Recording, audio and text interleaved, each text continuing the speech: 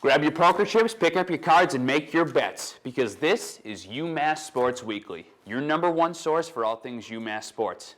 I'll be your dealer, Tommy Calautti, and boy, do we have a stacked deck for you. First, the football team ended their season on a high note, on the heels of Marquise Young's three-of-a-kind touchdowns. Then, Alana Alonji will come on and talk about how Quinnipiac raised the stakes a bit too high for the Minutemen to call. After that, Phil Sanzo comes in, talks about the men's basketball team and their trip to the MGM Grand for their tournament. To finish the show, Alex Francisco puts on her poker face and talks about the women's basketball team. The chips are down, and I'm ready to deal you up a great show. Get ready, everybody, because this is UMass Sports Weekly. This is UMass Sports Weekly.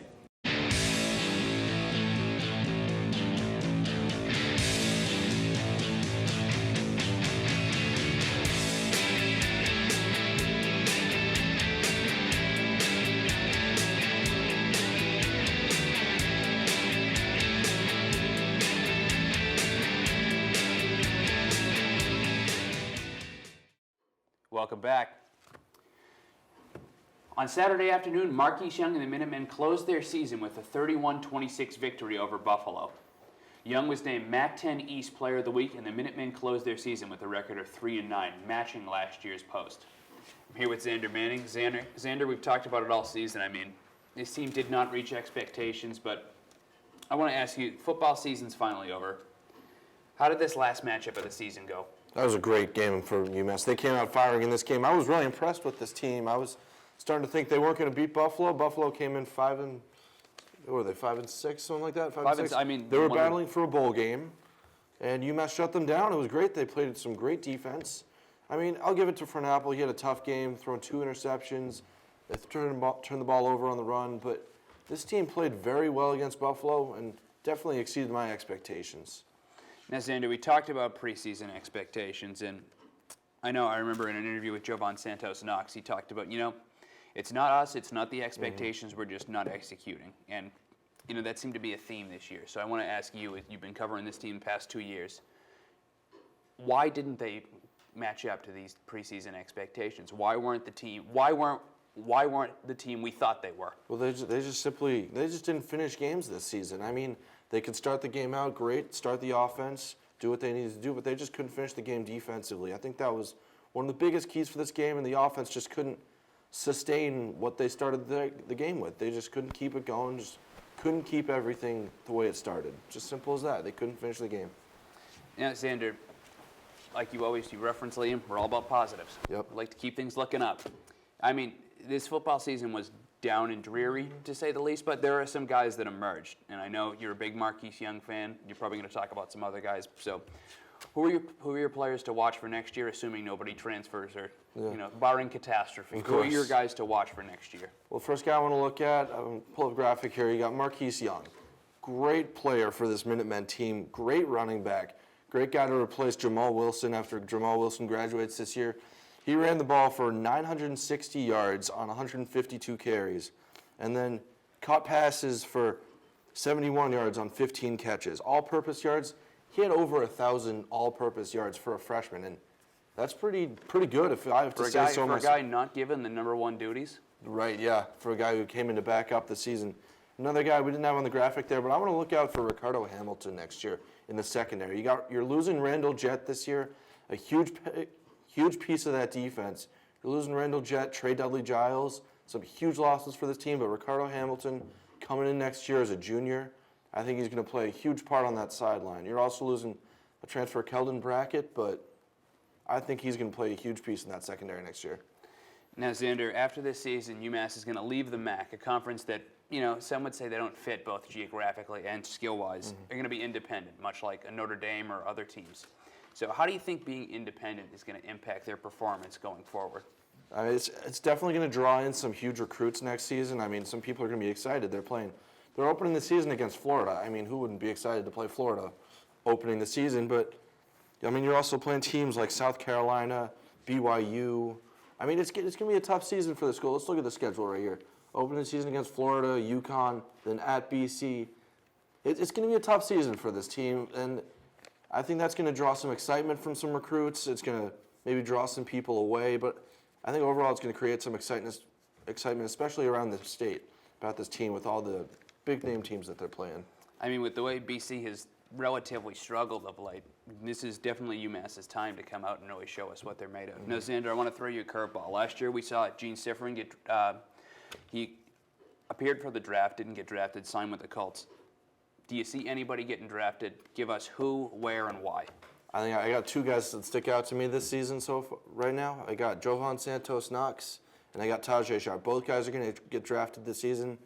Tajay Sharp, this season, he led the FBS in receptions with 111, and then he was 4th in the country with 1,319 yards. Great season for Tajay here.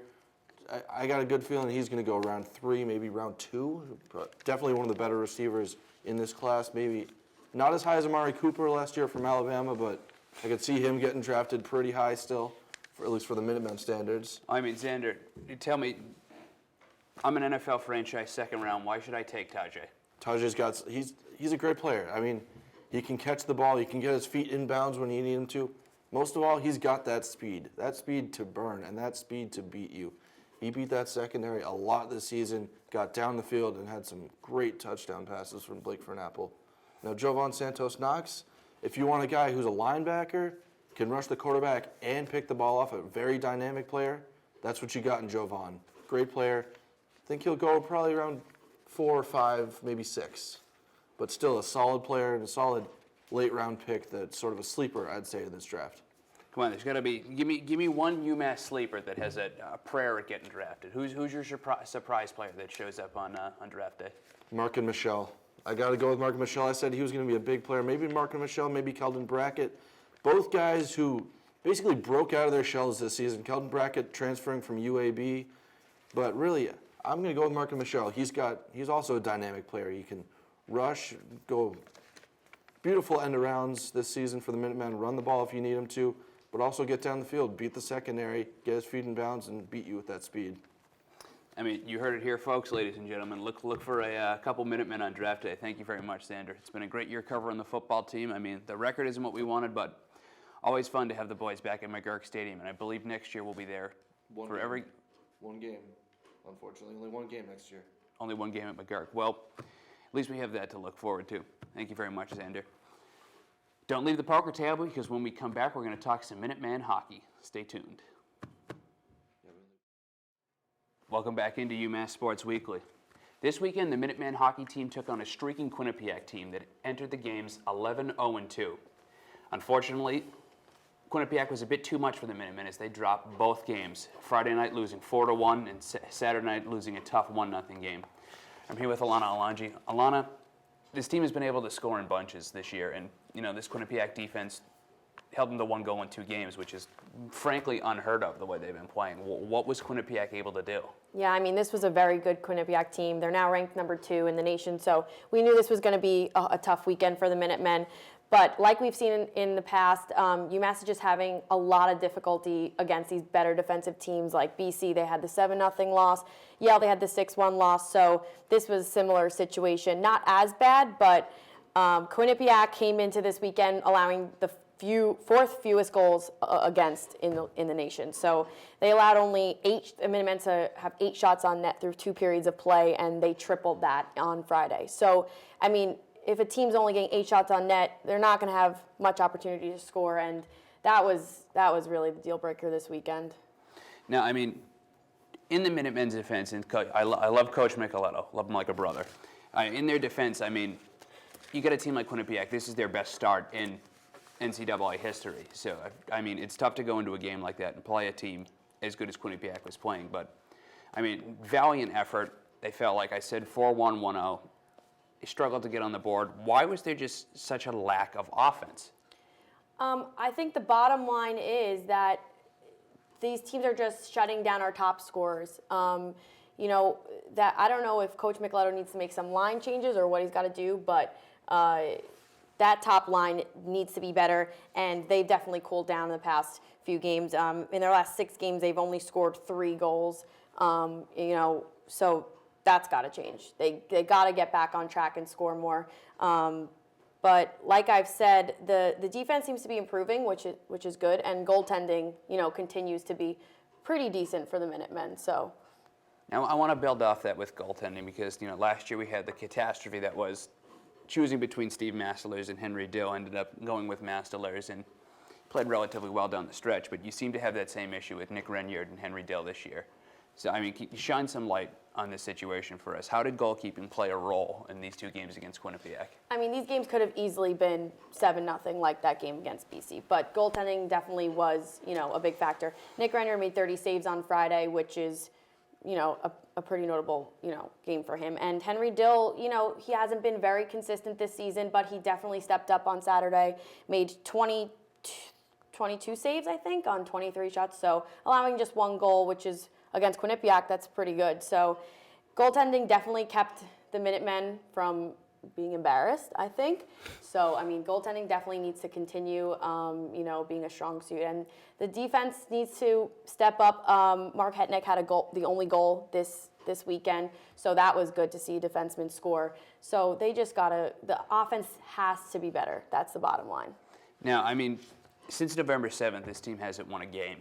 Yeah. They've tied the likes of Maine, Vermont, even Merrimack, who's number 14, but they haven't been able to put that winning goal up on the board. This offense has gone a little bit cold, like you said. So how do they regroup? They're playing number 20 Notre Dame.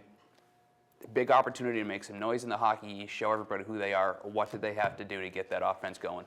I think there has to be some changes. I think Michelotto is going to have to decide if he needs to switch the lines up because obviously it was hot in the beginning of the season, but it's not anymore, and something's got to change. They definitely got to get more shots on net, and they got to figure out how to break these good deep, defensive teams, which I don't know how Michelotto can set that up, but we'll see against Notre Dame.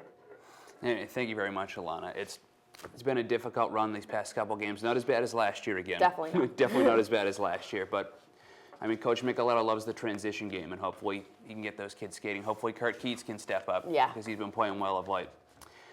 Don't touch that dial because when we come right back, we're going to talk about your favorite Minutemen basketball team. Stay tuned. Welcome back in.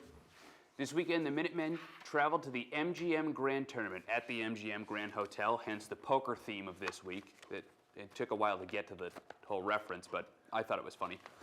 This weekend, the Minutemen had an impressive outing, beating Clemson 82-65. Unfortunately, they could not compete the win in the tournament, falling to Creighton in the final game. Here with Phil Sanzo. Phil, how's it going? You weren't able to travel those games. You watched them, though, passionately. I want to talk to you first about the MGM Grand Tournament. I've outlined how they did, but this is where you like to fill in the blanks. So tell me, what did we look at this weekend with the UMass Minutemen? What did they do well? What did they do poorly? 2 games, go. Well, they played tremendously against Clemson. 82-65, they beat them. Clemson was 3-0 at the time, and you had big games from Dante Clark, Trey Davis, and Jabari Hines. Clark got you 25 points. Davis got you 25, and Hines put you 21. Can't ask for a better game from those guys, and it really showed on the court because they really manhandled Clemson. But Creighton, Creighton, they could not keep up with Creighton at all. The Blue Jays, Creighton just beat them 97-76, really handing the Minutemen their first loss of the season. It really wasn't a competition for the Minutemen the whole game.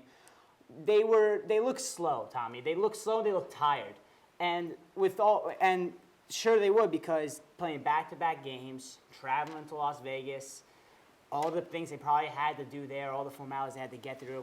It was a tired game. Derek Kellogg said, I'm tired, and if I'm tired, I can only imagine what the players are feeling like.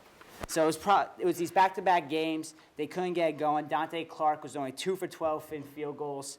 Jabari Hines, 12 total points, only played 19 total minutes. He's been a big-time starter, but had to get the rest. Trey Davis had only 14 total points. So you had these games that just not a good enough game from any of the guys, and you really saw it from the beginning. Creighton was doing very well on defense. They were doing very well in stopping UMass and getting the ball, pushing it to the court. It was about an 8-point lead about the whole game. UMass never really could get within 8. 8 was their limit, and Creighton just kept expanding it. They lost. You could see that they were just missing. They were just missing open layups. The Minutemen where it's like there was a point. It was like 4 times in a row that the Minutemen just missed an open layup, and you can attribute that to fatigue. Creighton's a very good team as well. but they improved. But they brought them to 4-1. It was a tough loss, but what are you gonna do? I mean, the Creighton loss does, we learn things from losses. We're also Absolutely. optimistic here on this show. But, Creighton did highlight a bit of a depth issue. It wasn't just you talking about Jabari Hines, Trey Davis, Dante Clark. It was the announcers of the game. It was Derek Kellogg. Yeah. The only three guys we really talk about. This team has a clear depth issue. They play 6, Absolutely. 7 guys max throughout a game. Yeah. And, obviously that's going to rear its ugly head and become more of a problem as the season progresses. But Phil, what do we do to address this problem? Yeah. How do we get more guys involved? Clark, Hines, Davis, they're great. They're very good front three. They're very good top 3 guys you can ride it to a lot of wins. But it's a long season. It's only beginning, and they're not Fab 5 great where they could keep you the whole season. They're very good players, but they need the help around them. And right now they're struggling to find that. Rashawn Holloway and Malik Hines are the only 2 really centers that this team has that they are utilizing right. They need to find it in other parts of their bench. Tyler Bergantino, C.J. Anderson, Seth Berger, who has been a big 6th man in recent years. Those guys are the guys they're going to have to rely on to hopefully either they can't fill a spot, find a nice platoon system. We talked about that earlier in the season. They need to find a platoon system for a 5th guy. Well, now they might need to find a platoon system for a 4th and 5th guy as well. Derek Kellogg has mentioned a possibility of walk-ons, starting tryouts for a walk-ons team, for walk-on players. You might find that happening in the next few weeks. Yeah. I Find see my way over to the Moan Center. Me and you, we can do that. Now, Phil, you talked about Clark, Yeah. Trey Davis, Jabari Hines, your small forward and your 2 guards. This team, they struggled against Creighton rebounding. They struggled defending inside the paint. Creighton outscored them by, I think, 20 points. What do you think this team has to do to address their big man problem? It's obviously tough replacing Caddy Lillane, but Oh, yeah. how do you address this big man problem if you're Derek Kellogg? Is it a tactical thing, or is it just someone's got to step up? I think it's a combination of both. You have Rashawn Holloway as a center. He's a freshman who's not really used to it. Malik Hines is not a natural center. He's getting used to the position, but he's more naturally, forward. He's not a natural center in the position. But you have these 2 guys. One of them is going to have to step up, and if you realize that they can't. Now, this is the beauty of non-conference games, because they're going to find out in these non-conference games what this team's made of before you get to the conference games next year in 2016, and that's when things start getting competitive. This is the beauty of it. Like I said before, this is when they're going to figure out all these kinks. You might have this platoon system of Hines and Holloway mixing up for that center position. Holloway's a big man too. He's a big man. He could be defensive end for these teams. So you gotta find a way to fix that up. Keep Davis and Hines fresh. They weren't fresh. You saw it in Creighton and it hurt them. You gotta keep those guys fresh. And Dante Clark needs to stay consistent with the ball. He's having a very nice sophomore season. I think he'll be a big part of this team going forward. But he needs to stay consistent with his points, stay consistent with his efforts. And this team just also needs to take advantage of their opportunities. They had a lot of opportunities for Creighton that they just could not push forward, take advantage of, and it hurt them in the end. I think if they can figure out how to take advantage of those opportunities and keep their main guys fresh, they'll be all right. And Phil, this has been the first hiccup in the road. Other than that, they've played pretty well the entire stretch so far. What do the Minutemen got to do to keep winning? Like I said, they need to find ways.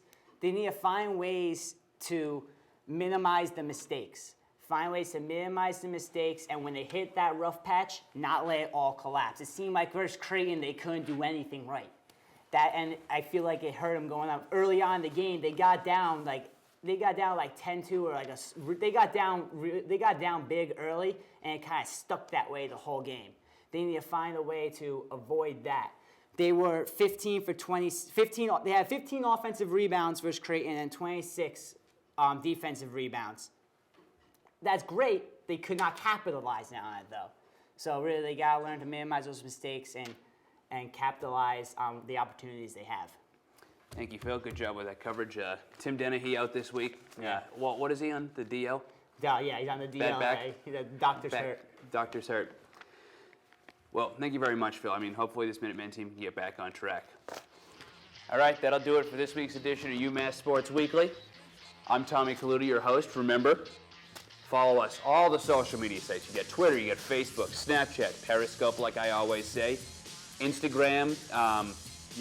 Yik Yak doesn't have anything to do with us, but I mean use it because it's social media. We will see you next week for our last show of the semester. It's going to be a special debate segment, so make sure not to miss it. Have a great week, UMass. Good night.